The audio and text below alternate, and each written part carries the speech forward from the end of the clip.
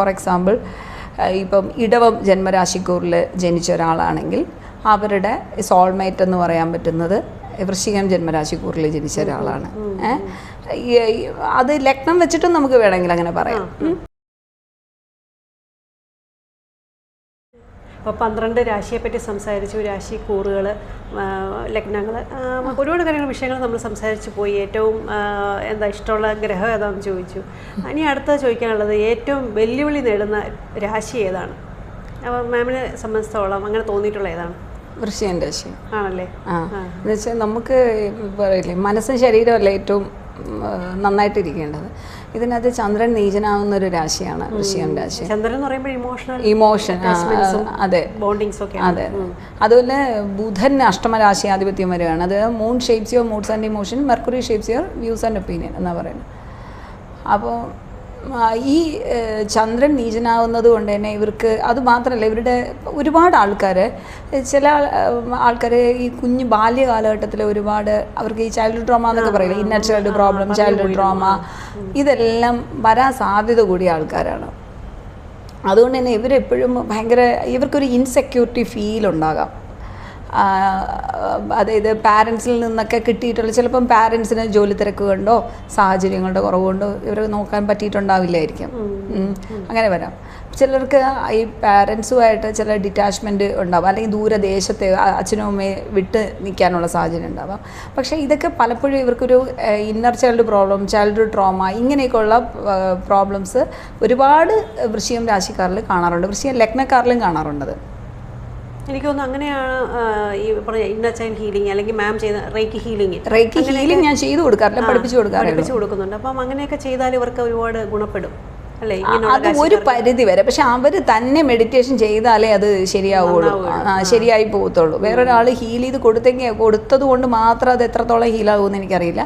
അവനവൻ തന്നെ അതൊരു സിസ്റ്റമാറ്റിക്കായിട്ട് ആ ഒരു കാര്യം കൊണ്ടുപോയാൽ മാത്രമേ അത് ശരിക്കും പ്രോപ്പറായിട്ട് ഹീലായി പോകത്തുള്ളൂ. അവർക്ക് ഏറ്റവും നല്ല ഹീലിംഗ് മെഡിറ്റേഷനാണ്. പിന്നെ അവർക്ക് ഒരു സ്വാഭാവികമായിട്ട് ഹീലായി പോകുന്നൊരു മെത്തേഡാണ്. അവർ കുട്ടികൾ അവരോട് അത്രയും സ്നേഹവും കെയറിങ്ങും കൊടുക്കുകയാണെങ്കിൽ അതൊരു പരിധി വരെ ഹീലായി പോകാറുണ്ട്, അങ്ങനെയും കാണാറുണ്ട്. പിന്നെ വരുന്നതെന്ന് വെച്ചാൽ ഇടവം ജന്മരാശിക്കൂറുകാർ, അവർക്ക് പറഞ്ഞത് അവർ ആ പഠിച്ചു പോകുന്നൊരു ഫ്ലോയിലൊരു ജോലിയിൽ കയറിയില്ലെങ്കിൽ അവർ പിന്നെ അവരുടെ കരിയർ ബ്ലോക്ക് ഉണ്ടാവാൻ സാധ്യതയുണ്ട്. അതൊക്കെയാണ് അവരുടെ വെല്ലുവിളി. അവർക്ക് കൂടുതൽ മറ്റുള്ളവരോടുള്ള എമ്പതി, സിമ്പതി, അത് കാരണം അവരുടെ ലൈഫിലുണ്ടാകുന്ന ബ്ലോക്കുകളാണ്. ഇത് തന്നെയാണ് വൃശ്ചികം രാശിക്കാരും. അവരിപ്പോൾ ഒരു പഠിച്ചു പോയ ഒരു ഫ്ലോയിൽ തന്നെ ജോലി ആയില്ല എന്നുണ്ടെങ്കിൽ അവർക്കും അവിടെ ബ്ലോക്ക് ഉണ്ടാവുക. കുട്ടികളോട് അമിതമായിട്ടുള്ള ഒരു സ്നേഹം കാരണം അവർ ചിലപ്പോൾ ജോലി തന്നെ കുറച്ച് നാളത്തെ ജോലി ചെയ്യുന്നില്ല, കുട്ടിയൊന്ന് വളരട്ടെ എന്ന് പറഞ്ഞിരിക്കുന്ന കുറേ ആൾക്കാരുണ്ട് ഈ വൃശ്ചികം രാശിയിൽ. അപ്പം ഇതറിയാവുന്നതുകൊണ്ട് നേരത്തെ തന്നെ അവർ എടുക്കുന്ന കരിയർ ആണെങ്കിലും കാര്യങ്ങളൊക്കെ സൂക്ഷിച്ചെടുക്കുക, അതിൽ തന്നെ ഫോക്കസ് ചെയ്യാൻ നോക്കുക, കരിയറിൽ ഫോക്കസ് ചെയ്യുക. പഠിച്ചു കഴിഞ്ഞ ഉടനെ കരിയറിലോട്ട് പോവുക, ജോലിയിൽ കയറാൻ നോക്കുക. ആ കരിയറിൽ ഒന്ന് സെറ്റ് ആയതിനു ശേഷം മാത്രം കല്യാണം കഴിക്കാൻ ശ്രമിക്കാം. അല്ലെങ്കിൽ ശ്രദ്ധിച്ചാൽ രാശിക്കാർക്ക് ഒരുപാട് അവരുടെ മാറ്റം ഉണ്ടാക്കിയെടുക്കാൻ പറ്റും എന്ന് പറയാൻ പറ്റും.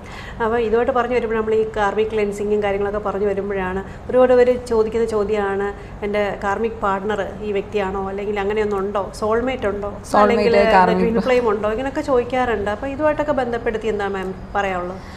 ഈ കാർമിക് പാർട്ട്നേഴ്സ് എന്ന് പറയുന്നത് ഇത് ജാതകവശാലും നമുക്ക് നോക്കുമ്പോഴത്തേക്ക് സമസസ്തമ യോഗം എന്ന് പറയും. എന്ന് വെച്ചാൽ ഈ ഒരാളിൻ്റെ ചന്ദ്രൻ നിൽക്കുന്ന രാശി, ഇപ്പോൾ ഫോർ എക്സാമ്പിൾ ഇപ്പം ഇടവം ജന്മരാശിക്കൂറിൽ ജനിച്ച ഒരാളാണെങ്കിൽ അവരുടെ സോൾമേറ്റ് എന്ന് പറയാൻ പറ്റുന്നത് വൃശ്ചികം ജന്മരാശിക്കൂറിൽ ജനിച്ച ഒരാളാണ്. അത് ലഗ്നം വെച്ചിട്ടും നമുക്ക് വേണമെങ്കിൽ അങ്ങനെ പറയാം.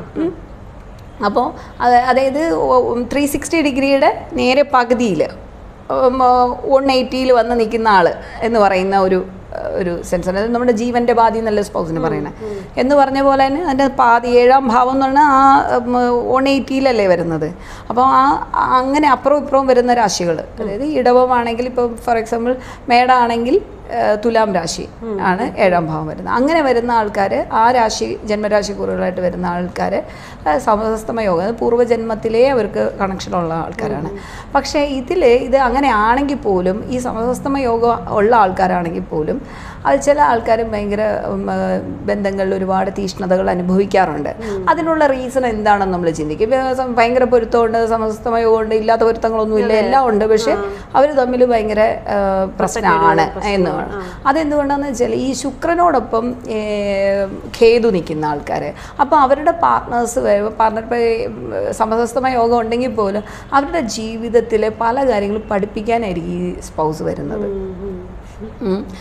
അവരുടെ ചിലപ്പം ഇപ്പം നമ്മൾ എപ്പോഴും ഇപ്പോൾ എന്നോട് ചോദിച്ചാൽ ഞാൻ പെർഫെക്റ്റ് ആണെന്ന് പറയും, മാഡത്തിനോട് ചോദിച്ചാൽ മാഡം പെർഫെക്റ്റ് ആണെന്ന് പറയും, ഇല്ലേ?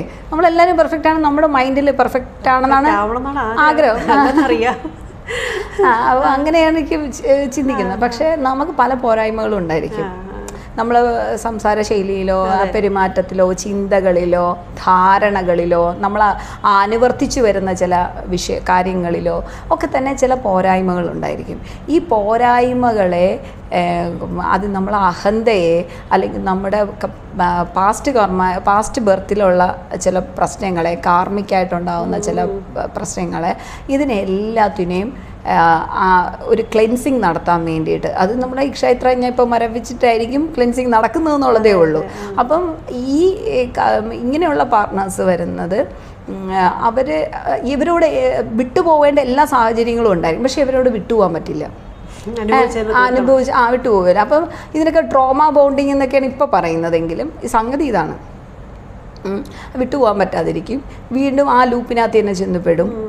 ഞങ്ങൾ അങ്ങനെ പല എനിക്കൊന്ന് കണ്ടിട്ടുണ്ട്. അതായത് ഹസ്ബൻഡ് വൈഫ് എന്നും അടിയാണ്, പക്ഷെ എന്നാൽ ഇപ്പോഴും ഒരു ഒരുമിച്ചുണ്ട്. എന്തോ ചില കാരണങ്ങൾ കാരണം അവർ വിട്ടു പോകുന്നില്ല.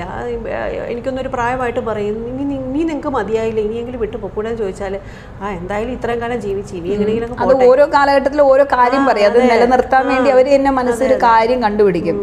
അങ്ങനെ കണ്ടുപിടിച്ച് അത് ലൈഫ് ലോങ് കൊണ്ടുപോകും.